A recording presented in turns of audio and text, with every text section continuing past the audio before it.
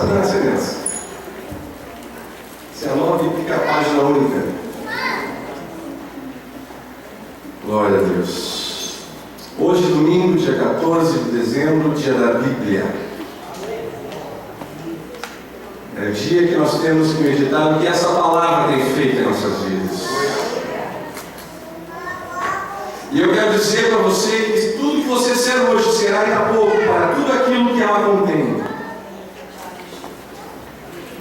Uma vez eu ouvi uma pregação de um pastor que disse assim: amados, eu tenho uma triste informação. Nós temos utilizado apenas 10% da palavra de Deus. Ou fico olhando. Amados, há riquezas tremendas a serem encontradas nas folhas, nas páginas da palavra. Há coisas a serem conquistadas, mas muito mais a serem transmitidas.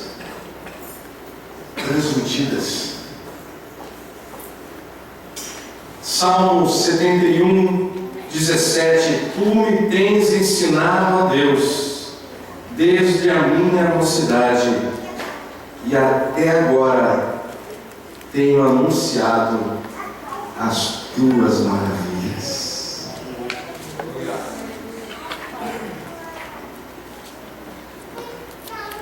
Hoje nós temos muitas coisas a fazer pela palavra de Deus. Uma delas é apresentar uma criança na casa do Senhor.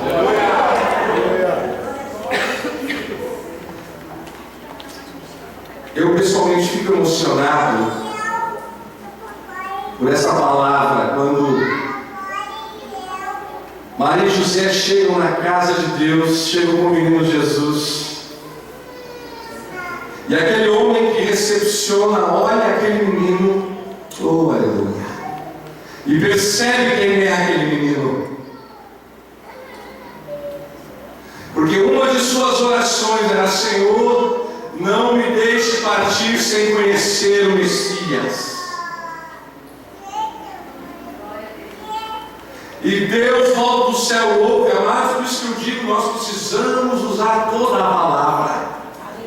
Porque quando nós fazemos uma oração, Deus não apenas ouve e responde, não, Ele faz um efeito por toda a terra que chega até nós. Havia apenas um homem que estava desejoso, diante de sua morte, conhecer o Messias, e Deus o Pai coloca Jesus nas suas mãos. E ele, quando apresenta o menino, ele diz: Senhor, agora se completou a tua palavra na minha vida. Posso morrer feliz. Glória a Deus, amados. Glória a Deus, porque a palavra de Deus, ela não é algo. Muitas pessoas dizem é uma palavra que foi. Não, ela é. Você ainda hoje pode pedir coisas antes de sua morte, o Senhor vai recompensar. Amém. O Senhor há de efetivar. Tenha fé. Tenha fé. Um dia me perguntaram por que nós não batizamos as criancinhas. E eu disse porque a palavra nos ensina que as crianças são apresentadas ao templo. E aqueles que têm consciência do que é pecado se arrependem dessas águas. No momento que você apresenta a criança para o Senhor, você está dando ao Senhor. Amém? Eu quero chamar aqui meu irmão, meu amigo Paulo, sua esposa Ana. E o Paulo vai nos comunicar a toda a família que está aí. Glória a Deus. Quem está aí, Paulo? Está convocando já. Pai, Cesário, veio de livramento. A minha mãe, Zé Maria, também veio de livramento.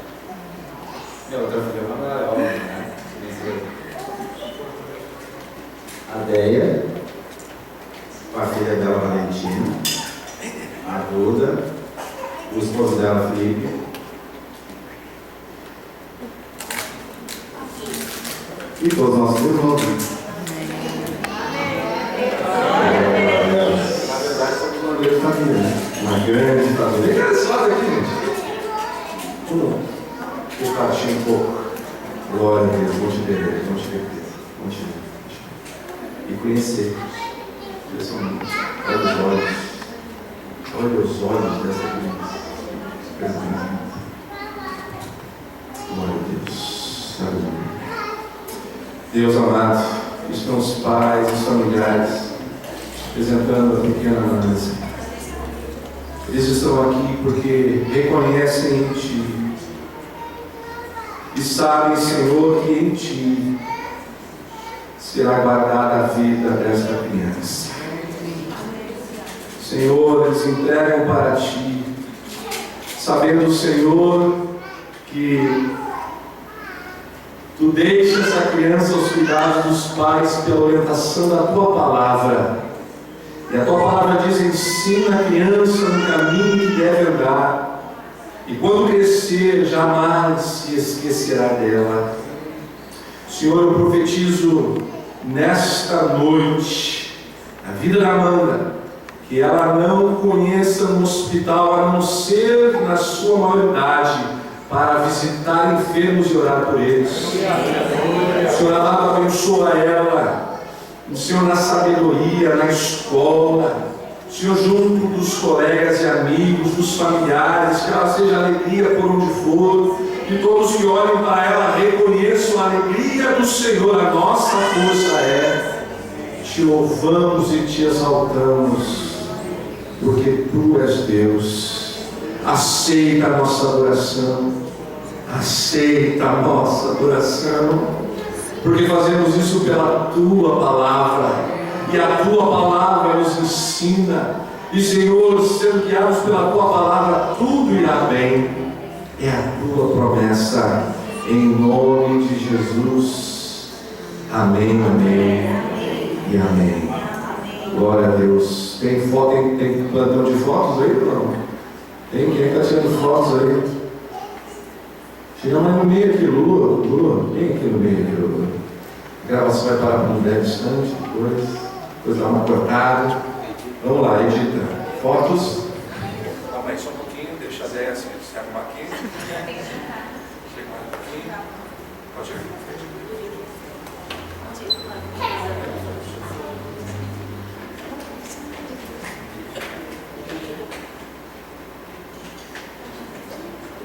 Umas 500 para dar uma. Glória a Deus. Os abraços no final. Glória a Deus. Glória a Deus. Glória a Deus. Deus é bom. O Senhor tem as suas promessas. Eu quero chamar a pastora Débora.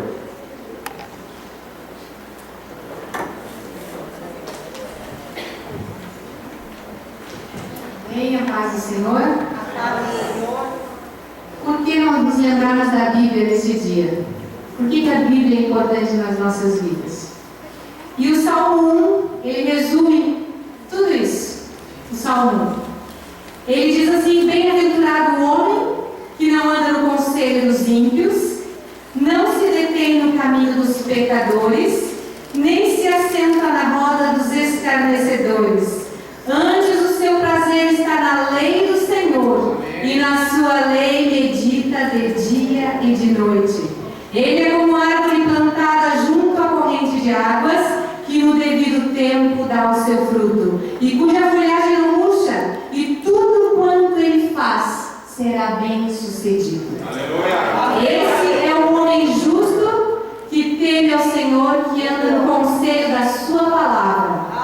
Esses são os 3 primeiros versículos do Salmo 1.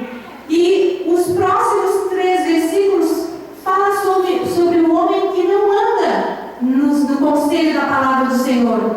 Que diz assim: os ímpios não são assim, são porém como a palha que o vento dispersa.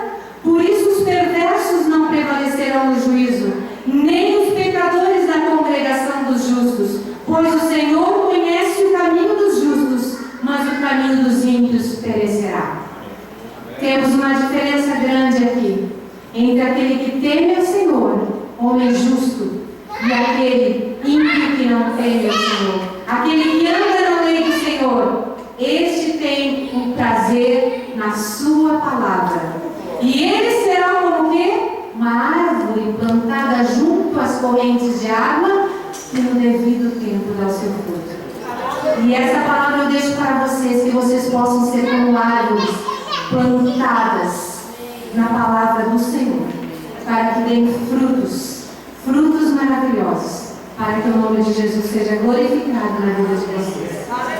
E hoje nós separamos algumas pessoas que vão falar porque que a Bíblia tem sido importante nas suas vidas. Mas antes disso, nós vamos ensinar uma canção através de alguns jovens aqui. Então vou pedir para o pessoal que ensaiou a musiquinha, Sofia, Paulo, quem mais que ensaiou? A Isabel, a Carol, o André, Davi, vamos lá. Eles vão cantar uma musiquinha. Se vocês quiserem seguir, é só pegar o índice da Bíblia e seguir pelo índice, tá? É bem fácil.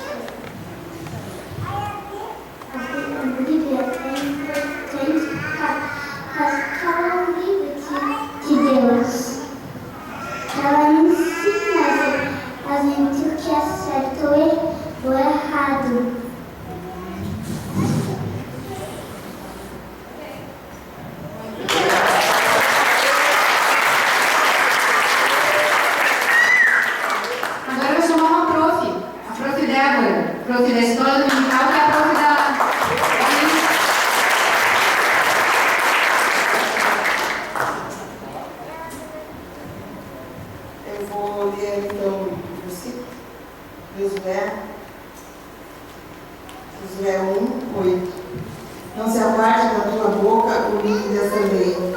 Antes medita nele dia e noite, para que tenhas cuidado de fazer conforme a tudo quanto nele está escrito.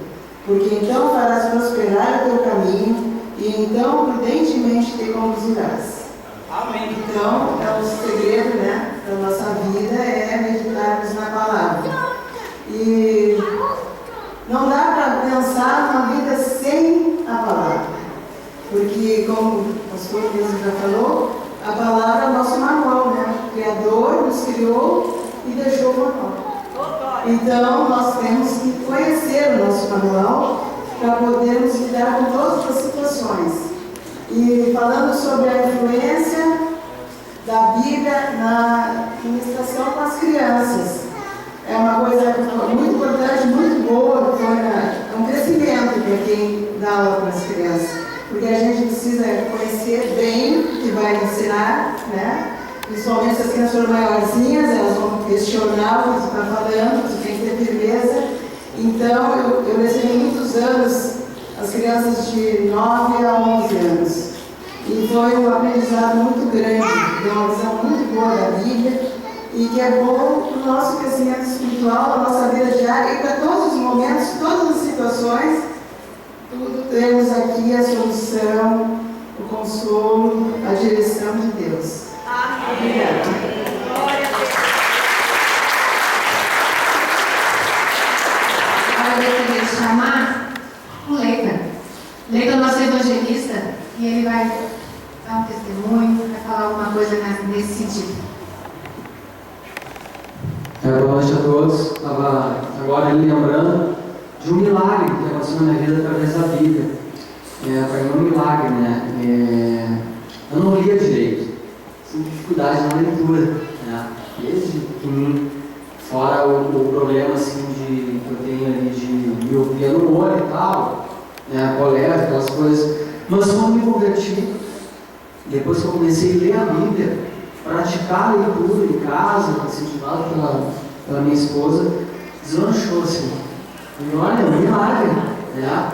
Já passado a alfabetização, já adulto, casado, e aprendeu a ler através da Bíblia, né? Mas sobre a evangelização, pegar aqui minha colinha, algumas coisas eu lembrei, né? E eu quero destacar, assim, a Bíblia toda, ela é um destaque, né? Mas eu ia falar do livro de Atos, né? Atos dos Apóstolos, né? E eu separei 5 passagens rapidinhas que eu queria compartilhar com vocês, que eu vejo acontecendo assim quando a gente está na rua, quando a gente está falando de Jesus, ou numa praça, ou seja onde for, dentro de um ônibus, algum lugar que eu já fui falar de Jesus com os amigos. E uma das passagens que eu quero destacar as primeiras, ali fala das primeiras conversões, né, em Atos, que ele fala do arrependimento, né? Ali fala assim, né, que os irmãos perguntaram, né, para Pedro e para os discípulos, né, o que faremos, irmãos? Tem uma parte que fala em Atos 2:38, e Pedro disse, arrependei-vos, né? Então, nessa parte de evangelizar, a gente primeiro se arrepende e depois leva arrependimento para as pessoas, né? Isso eu aprendi. A outra passagem é a primeira viagem de Paulo, eu acho muito legal também. E ali, em Atos 12, ali, né, Paulo e Saulo, né, Barnabé, ali eu aprendi o serviço e a consagração. E uma parte que eles falam assim, né, e servindo eles ao Senhor e jejuando, disse o Espírito Santo, apartai-me a Barnabé e Saulo para a obra que eu tenho chamado. Então, também tem a questão do chamado, né, a questão do serviço e consagração. Isso também aprendi na Bíblia, né? A outra passagem é o discurso de Estevão, que eu acho muito legal também. Ali, Estevão, ele falava de Jesus e falava para pessoas que não queriam ouvir. Inclusive, taparam os ouvidos, expulsaram da cidade, apedrejaram. E ele viu a glória de Deus. Então, ali eu destaco o quê? Cheio do Espírito. Estevão estava cheio do Espírito Santo. Como a gente tem que estar para falar da palavra de Deus, cheio do Espírito, né? Então, quando a gente vai assim para falar de alguém, vai para a rua, uma das coisas que a gente pede, Senhor, me enche, põe as palavras na minha boca, né? Todos nós somos chamados a evangelizar, né? Isso é cumprir o ID do Senhor, a grande comissão, né? A outra passagem ali é a conversão de Saulo, mas ali onde Ananias, né? Ele recebe uma ordem, ali eu falo em obediência, aprendi que é obediência, né? Tem uma parte que fala em Atos 9:11, levanta-te e vai à rua chamada direita, e ele é para mim um vaso de honra. Isso é o Espírito falando para Ananias, né? Deus levanta, vai dar o nome da rua, vai na rua direita. Isso aqui é obediência, né? Ananias foi obediente lá, ele pôde encontrar Saulo, orar pela visão dele, né? Ele voltou a enxergar. Quem conhece a história, assim, quem não conhece também, o cara caiu do cavalo, ficou cego, e aí Deus fala com uma outra pessoa que falou assim: pô, mas eu vou lá falar para Saulo, o cara quer me matar, ele mata os cristãos. Não, vai lá, na rua direita. Então isso é obediência, né? Então também aprendi a obedecer a Bíblia, né, para falar de Jesus para as pessoas. E a última passagem que eu quero destacar de Atos aqui é Filipe e o eunuco, né? Aqui eu destaco assim o andar no Espírito, né? A gente precisa andar no Espírito. Ali também tem uma ordem, né? Levanta e vai para a região sul. E lá ele encontra o eunuco, ele encontra uma pessoa nessa região. Ele chega junto, entra na carruagem, fala de Jesus. Essa pessoa que está ali dentro, seu tio, então ele aceita ali, né? Ele invoca Jesus, já é batizado, e daí Filipe já é transladado para o outro lado. Essas coisas que a gente aprende com a Bíblia e que a gente, quando aprende, a gente lê, a gente quer sair fazendo, e por que não, né? Em nome de Jesus a gente pode todas as coisas, inclusive evangelizar outra pessoa igual a você. No dia que também foi evangelizado, e pela Bíblia a gente consegue, porque já fizeram antes, a gente vê, a gente testifica, a gente acredita nisso. Amém? Amém. Obrigado. Eu quero chamar a Juliana. Na parte, ela vai falar sobre a parte da adoração, da dança, como é importante a palavra. Boa tarde, irmãos. Quando a pastora Débora me convidou para estar aqui dividindo como que a palavra de Deus inspira e constrói a dança que eu produzo, eu retornei a 2009 quando eu entreguei o meu TCC em licenciatura em dança. Eu comecei a reler e reviver todos aqueles momentos, foi muito pleno que Deus me trouxe à memória.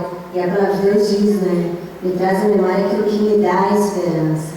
Então, lá em Eclesiastes 3 diz que há tempo para todas as coisas, e eu tenho provado ao tempo da gente escutar a promessa, ao tempo da gente estipular o nosso objetivo, ao tempo que Deus nos ensina como trilhar passo a passo para chegar naquilo que Ele prometeu, há tempo de falar, há tempo de calar, há tempo de chorar, há tempo de jubilar, e a palavra de Deus está repleta de consolo, de conselho, e é imediato. E eu separei, revisitando o meu TCC, eu encontrei uma citação que eu escrevi e eu quero lê-la. E diz assim: eu falo sobre transitar no caminho das artes, compondo questões artísticas inteligíveis, mas para um único objetivo, mostrar quem Deus é. E aí eu falo assim: enquanto o discípulo é aquele que ama a Deus sobre todas as coisas e ama as pessoas como Ele amou, permanecem na palavra de Deus, crendo em suas promessas, é temente a Deus, suporta a aprovação e é aprovado. O discípulo multiplica e ensina a palavra do Mestre, muitas vezes apenas com a vida, sem palavras. Enquanto discípulos artistas, temos que encontrar na palavra de Deus nossa identidade. São os versículos e os seus contextos que guardam o nosso coração e protegem a nossa alma dos holofotes, aplausos e vanglória. A palavra de Deus é luz para o nosso caminho, lâmpada para os meus pés é a tua palavra e luz para os meus caminhos.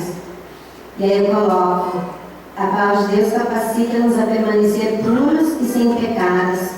De que maneira poderá o jovem guardar o seu caminho, observando-o segundo a tua palavra? De todo o coração te busquei. Não me deixeis fugir dos teus mandamentos. Guarda no coração as tuas palavras, para não pecar contra ti. A palavra de Deus é gozo e alegria. Achadas as tuas palavras, logo as comi. As tuas palavras me foram de gozo e alegria para o coração, pois pelo teu nome sou chamado, ó Senhor Deus dos exércitos. E eu continuo discorrendo o que é e como que a palavra de Deus vai nutrir esse corpo, que é templo do Espírito Santo, e que quando a gente se move, e a dança nada mais é do que um diálogo corporal, onde a gente conversa com um contexto, e esse contexto é ministrado e multiplicado. Então, quanto mais a gente enche a nossa alma, o nosso intelecto da palavra de Deus, as nossas respostas passam a não ser mais as nossas respostas, mas as nossas respostas passam a ser a palavra de Deus, que vive em nós. E a palavra diz que do nosso interior fluirão rios de águas vivas. E é muito maravilhoso quando as circunstâncias nos alcançam e a gente não tem a nossa resposta diferente do eis-me aqui, Senhor.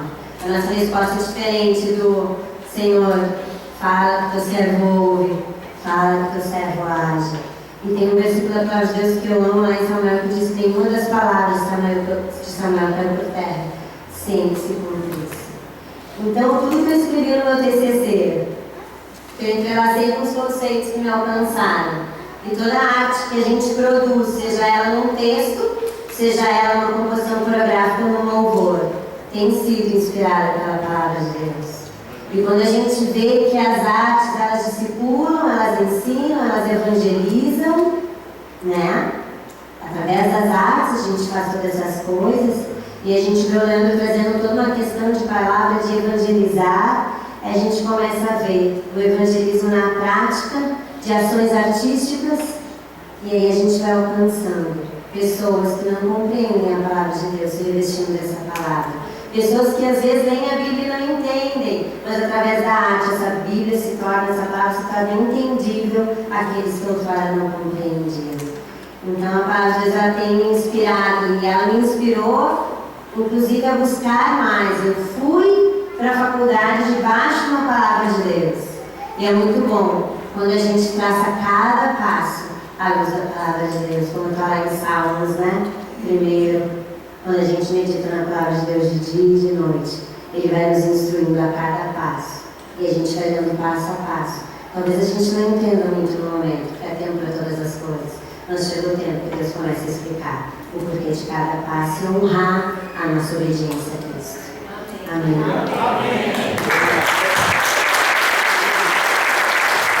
Vamos continuar agora com Rodrigo e Juliana. Eles vão falar como a palavra de Deus se aplicou na vida deles como casal.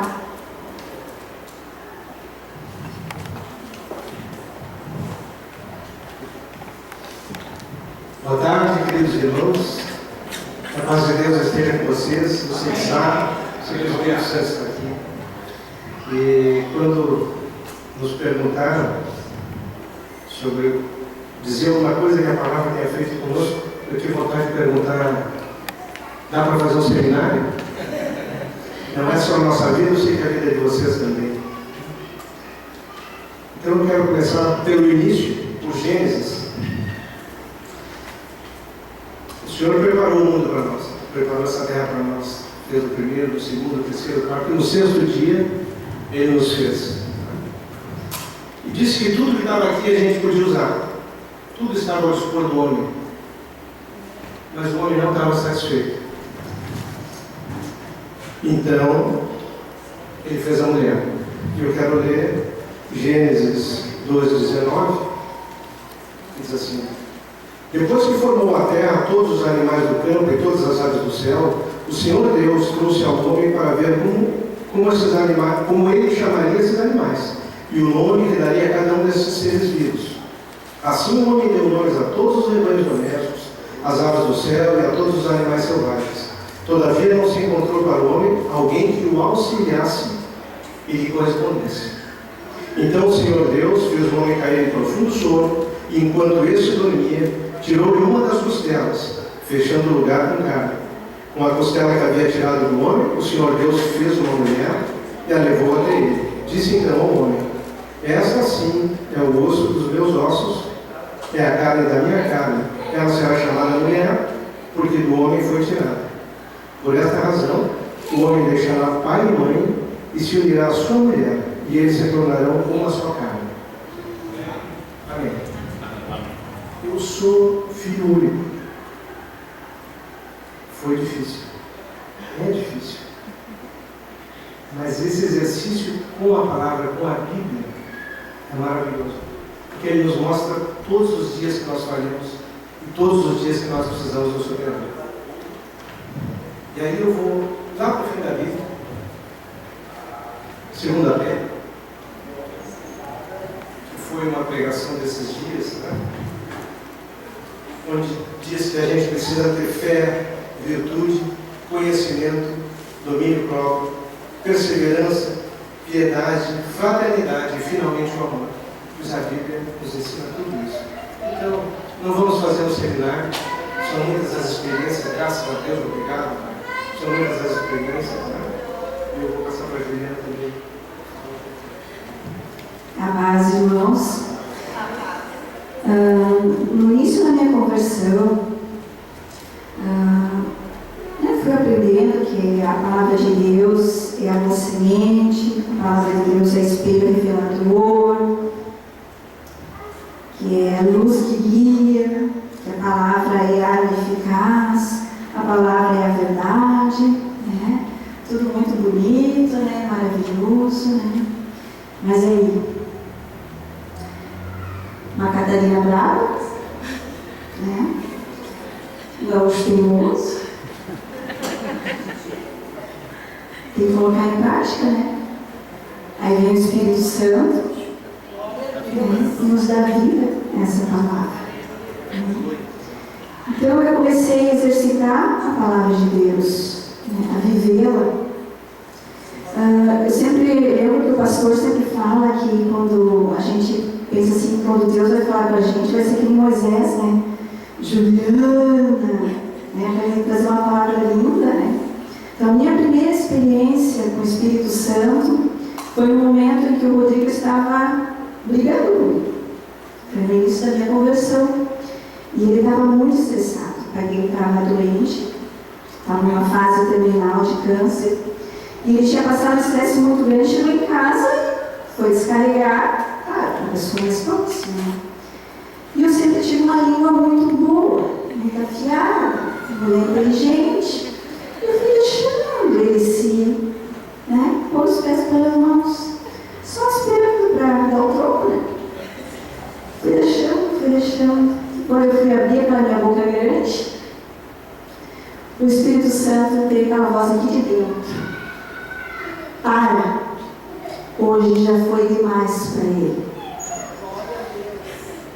Sabe quando já estava aqui, eu tive que engolir a resposta toda que eu tinha pensado, que eu ia dar o troco, né? Então, gente, né, a palavra diz que a gente tem que ser mansa, que a gente tem que ter domínio próprio, né? Ali eu não tive, né? Mas o Espírito Santo, e eu obedeci. Então, foi a primeira vez que eu obedeci o Espírito Santo, né, no nosso casamento. Né? Então, hoje eu busco viver, né, os dons do Espírito Santo, que é mansidão, domínio próprio, né? Isso é diário, né? Porque eu sou o chefe lá na empresa. Então, eu mando o dia inteiro. E eu tenho a minha natureza ser mandona. E eu chego em casa e eu comecei a mandar o Rodrigo sem parar, né?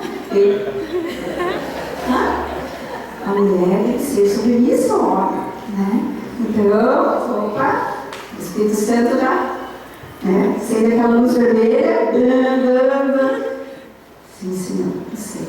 Então, com isso, hoje a gente vive em harmonia, né? Buscando viver a palavra de Deus. É fácil? Não. Mas é maravilhoso quando a gente obedece.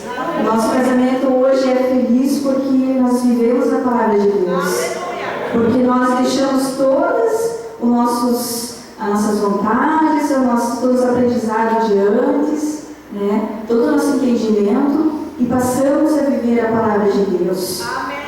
Porque ele foi criado de um jeito, eu fui criada de outro. Então eu tinha a minha verdade e ele tinha a verdade dele. Então, a partir do momento que nós passamos a viver uma única verdade, funcionou. Né? Então, aqui está a receita perfeita. Né? Basta nós seguirmos. Basta nós seguirmos.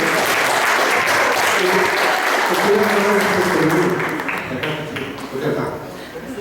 Então, essa Bíblia aqui tem só uma folha e só um versículo. Eu acredito que isso já seria suficiente.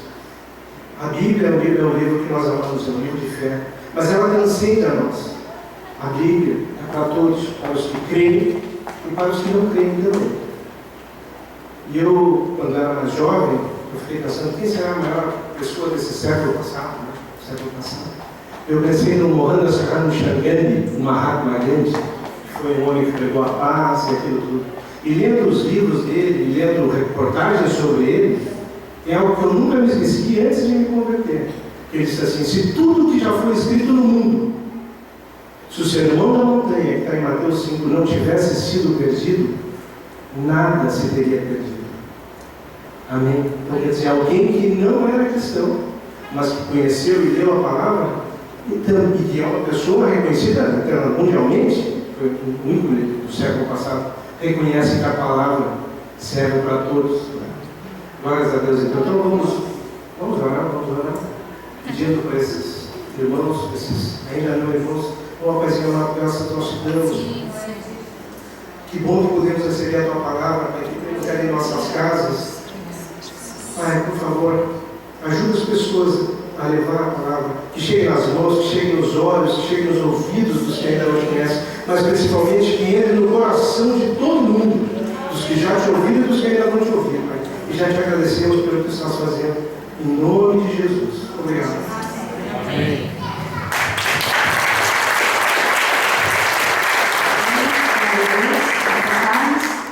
Obrigada pela participação de todos e que você medite na palavra do Senhor dia e noite. Amém. Para que você seja como uma árvore plantada junto às correntes d'água, que no devido tempo deu seu fruto. Esse versículo aqui do Salmos 71 diz: Tu me tens ensinado, ó Deus, desde a minha mocidade. Eu posso falar isso porque eu, desde pequenininho, fui ensinado na palavra do Senhor. Mas se você não foi ensinado desde pequenininho, que você possa ter no coração: Tu me tens ensinado, ó Deus, desde hoje, e até agora tenho anunciado as tuas maravilhas. Se você tem recebido do Senhor, anuncie. Não fique para você, anuncie. Leve a palavra do Senhor. Compartilhe as boas novas. Amém? Eu vou invocar o ministério da condução da palavra, Leca e Davi, para novamente retirar a Bíblia. O ministério novo da igreja. O ministério da condução da palavra. Vocês podem fechar, levá-la. Cuida bem, tá? Bota lá no meu armáriozinho, uma pequena Bíblia. Isso. Vamos aí. Vamos passar, queridos. Estou esperando chegar um pouco mais à noite, apagar as luzes, passar um vídeo. Eu quero trazer informação para vocês. Vou ficar lendo aqui algumas informações importantes.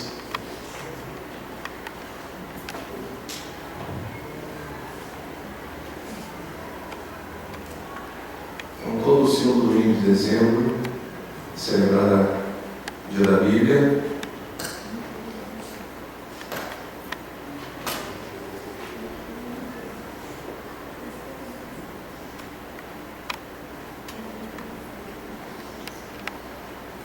E aqui no Brasil, a Sociedade Bíblica do Brasil é quem faz isso.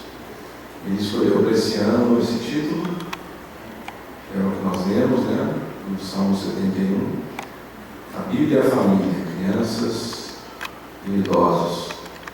E eu me lembro de uma idosa que chegou uma vez aqui na igreja. Ela chegou uma única vez, mas depois eu fiquei sabendo do testemunho dela. Ela chegou aqui e ela não conseguia mais enxergar.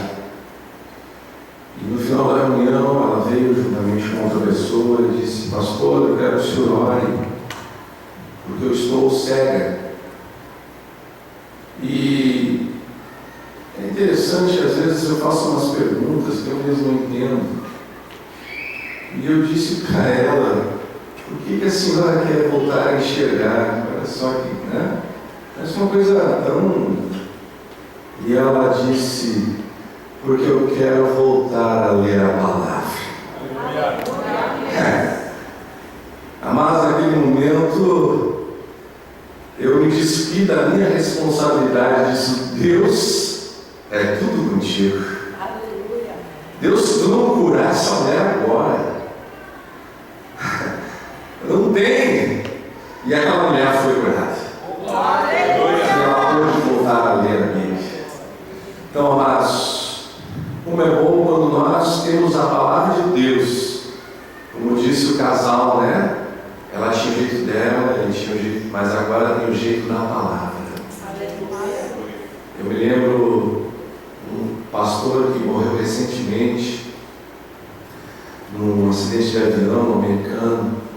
Eu tive assistindo uma palestra em São Paulo e ele dizia que nós somos embaixadores de Cristo. E o embaixador, toda a palavra que ele disser, ele tem que cuidar do que ele diz, porque ele está representando um país. Amados, nós não temos que dar mais a nossa opinião, nós temos que falar o que a Bíblia diz. Porque muitas vezes, quando nós falamos o que nós pensamos, quem sabe um é vermelho, outro é azul, um é do partido A, outro do partido B, mas quando nós falamos a palavra de Deus, nós temos um único time, o time de Jesus Cristo, amém? Pode passar, então.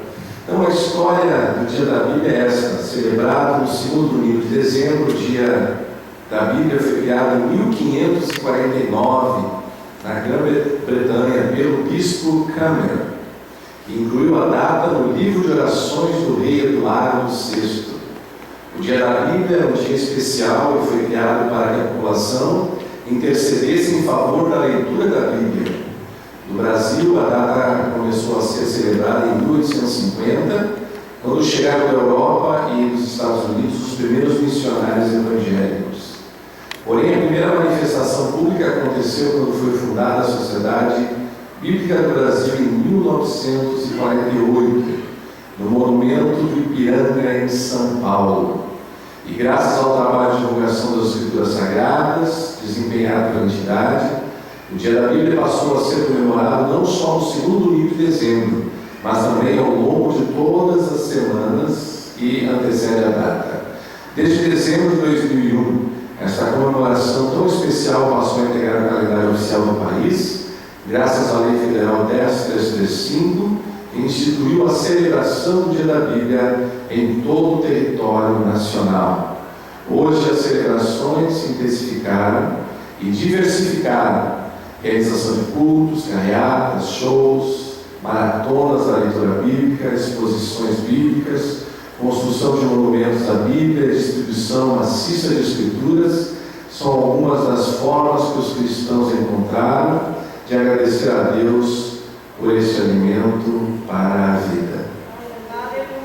A história da Bíblia, irmãos, a Bíblia, vamos ter um pequeno seminário, né? O Rodrigo falou do seminário, mas não sabia que eu ia hoje dar uma instrução para vocês sobre a história da Bíblia. A Bíblia é o livro mais lido, traduzido e distribuído do mundo. Desde as suas origens foi considerado sagrado e de grande importância. Como tal, deveria ser conhecida e compreendida por toda a humanidade. A necessidade de difundir seus ensinamentos através dos tempos entre os mais variados povos resultou em inúmeras traduções para os mais variados idiomas. Hoje é possível encontrar a Bíblia completa ou em porções em mais de 2.527 línguas diferentes. Esse é o levantamento de dezembro de 2010. Os originais, às vezes a gente vê aqueles programas na televisão, né? Os originais da Bíblia são a base para a elaboração de uma tradução confiável das Escrituras.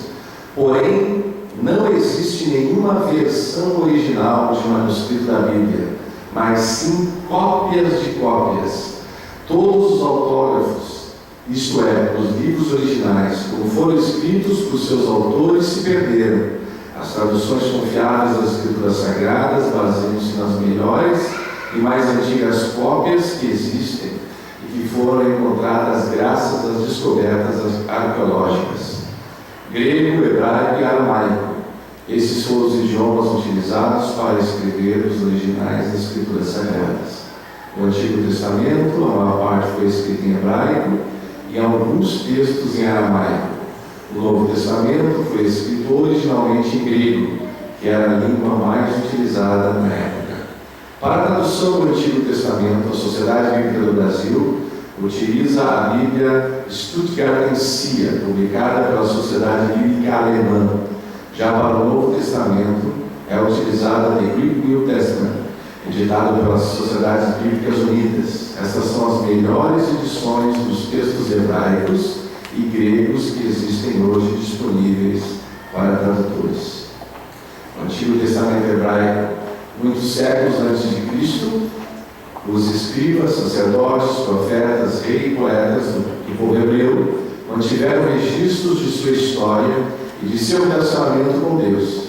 Esses registros tinham grande significado e importância em suas vidas, e por isso foram copiados muitas vezes e passados de geração em geração. Com o passar do tempo, esses relatos sagrados foram reunidos em coleções conhecidas por a lei, composto pelos livros de Gênesis, Êxodo, Levítico, Números e Deuteronômio.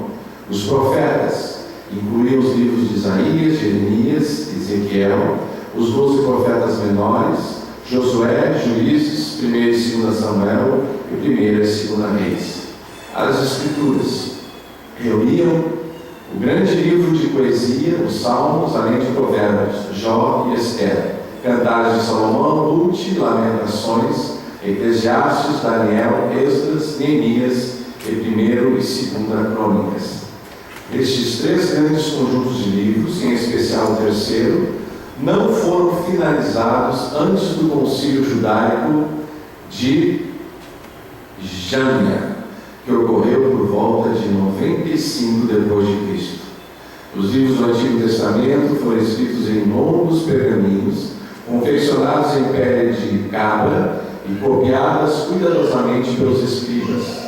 Geralmente, cada um desses livros é escrito em um pergaminho separado, embora a lei frequentemente fosse copiada em 2 grandes pergaminhos.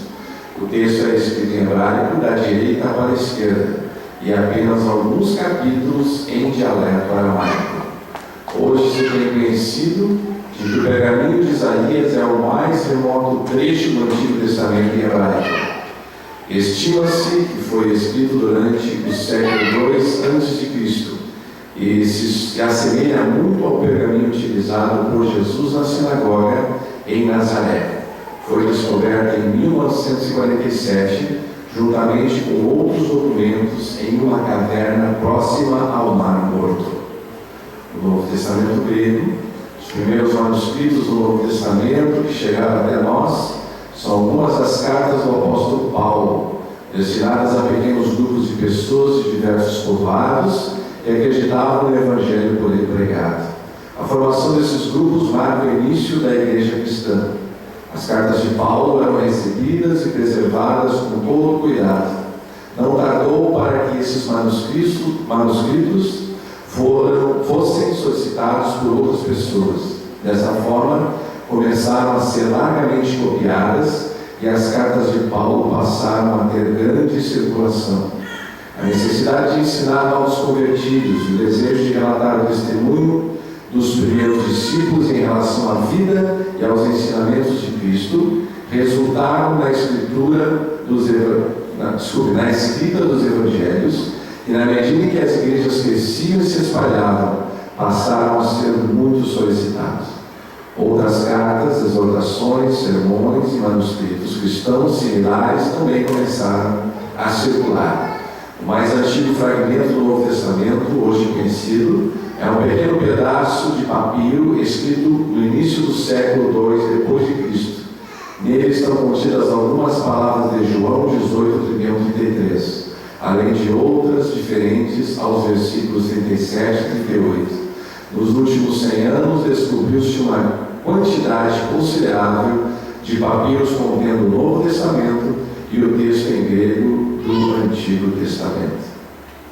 Outros manuscritos, além dos livros que compõem o nosso atual Novo Testamento, haviam outros que circularam nos primeiros séculos da era cristã, como as cartas de Clemente, o Evangelho de Pedro, o Pastor de Hermas e o Didache, ou Ensinamentos dos 12 Apóstolos. Durante muitos anos, embora os Evangelhos e as cartas de Paulo fossem aceitas de forma geral, não foi feita nenhuma tentativa de determinar quais dos muitos manuscritos eram realmente autorizados. Entretanto, gradualmente o julgamento das igrejas, orientado pelo Espírito de Deus, reuniu a coleção das Escrituras que constituem um relato mais fiel para a vida e ensinamentos de Jesus. No século IV depois de Cristo, foi estabelecido entre os concílios das igrejas um acordo comum e o Novo Testamento foi concluído. Os dois manuscritos mais antigos da Bíblia em grego podem ter sido escritos naquela ocasião: o Grande Codex Sinaiticus e o Codex Vaticanus. Esses dois inestimáveis manuscritos contêm quase que totalidade da Bíblia em grego. Ao todo, são aproximadamente 20 manuscritos do Novo Testamento escritos nos primeiros 5 séculos.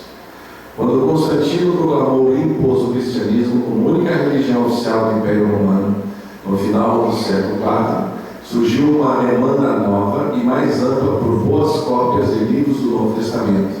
É possível que o grande historiador Eusébio de Cesareia, 250